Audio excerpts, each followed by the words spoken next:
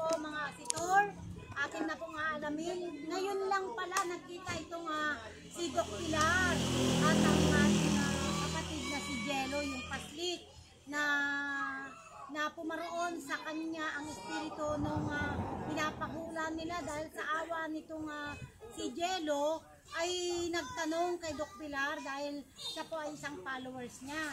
Ngayon po, ito na po yung pagkakataon na pinasyal na nga po namin ang ating kapatid na paslit na si Jello upang magkita rin po ang dalawa sa personal at kanyang mga magulang at kanyang mga kapatid at mga kaibigan. Alamin po natin, tuloy naggamot na rin po tayo dito sa bayan ni Jello. Okay po, narito na sila. Okay, Doktor. Magandang kaliwanagan po mga kapatid, mga asitor. At nandito po kami kasalukuyan ngayon sa Bangged, Abra Patukanay, kung saan po ay na-met ko na rin sa personal ang magulang ng aking nakilala doon sa comment followers ko po doon tungkol kay Juros. Unexpected happen po yun mga kapatid. Narito ang kanyang mahal na ina na si Maria Telma Blasa, kapatid, 52 years old. Blase. At ito po yung personal na si Jello. Pangalan mo? Ako si Mark Angelo Blas. Jello po. Mayayain po siya mga asitor, ano? At yun po yung aking itinuran na hindi po kami talaga magkakilala. Ngayon lang po for the first time. Pero kalugaran ko po siya. Medyo malayo lang po yung lugar namin. At tamang-tama po na may nag-comment. Hindi ko naman alam yung address niya. Tungkol po doon dahil inaantabayanan po pala ng mga kabataan. Ngayon po, sabi ko po, kung gusto mo bang malaman kung ano yung nangyari. Parang ganun po yung sinabi ko. Kasi nagtanong siya. Naawa daw po siya sa bata, yun, kabataan na yun na nawala. Kasi sinasabi nila na nawala sa tubig. At kami po ay nagdasal sa ating Ama sa Langit, ay hindi na namalayan na nakatulog na pala siya na nagsusulat. Yun po ang inyo pong nalaman. At maraming salamat po sa susunod na kabanata.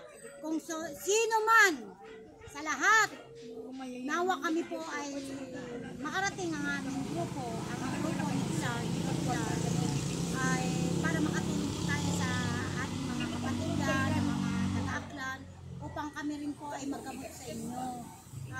Kung kayo man po ay nagnanais din po tumulong sa amin, at eto na po ang gagawin natin. Pag nandun na po tayo, abangan nyo po ay hindi na po ang ating kapatid ang gagamitin upang magbubukas po tayo ng pangatlong mata kung paano pinatay o namatay ang kapatid na paslit o either nalunod na sinasabi. Malalaman ang katotohanan sa pamamagitan ng third eye. Okay po. Maraming salamat. Magandang kaliwanagan. Doc, subscribe nyo po kami. Ano naman po ang naramdaman mo, Asitor Jello? Tanungin po natin nung kayo po ay Uri Ilocano kan or Tagalog mo man. Ilocano mo. Parang nasignat niya ako tapos dati na damo Bisaya o nagpapatawa tapos aglam-lam niya nakatugawa na dyan puro ay black tayo hindi magkakatigil. Madilim daw.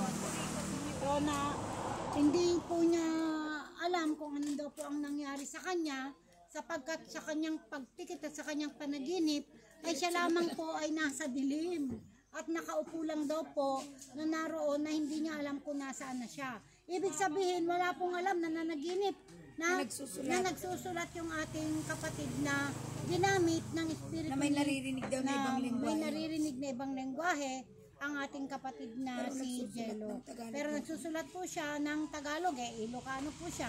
No?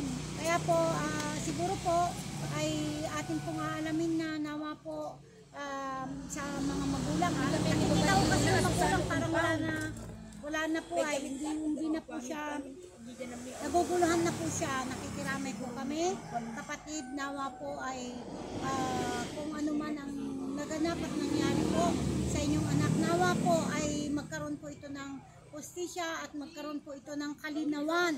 Kung ito man po ay pinatay, pinaslang, o kung ito man po ay nalunod talaga. Ano po? So, aalamin po natin yan. Kaya po, abangan po sa susunod kapag kami ay may pamasahe. Maraming salamat po. Magandang kaliwanagan. YouTube. Sa YouTube channel ko po ulit, Doc Greenie Asusano. Abangan nyo po kami sa YouTube channel. Kasi po, ng Doc Greenie, kasi doon nyo na mapapanood yung mga susunod naming kabanata.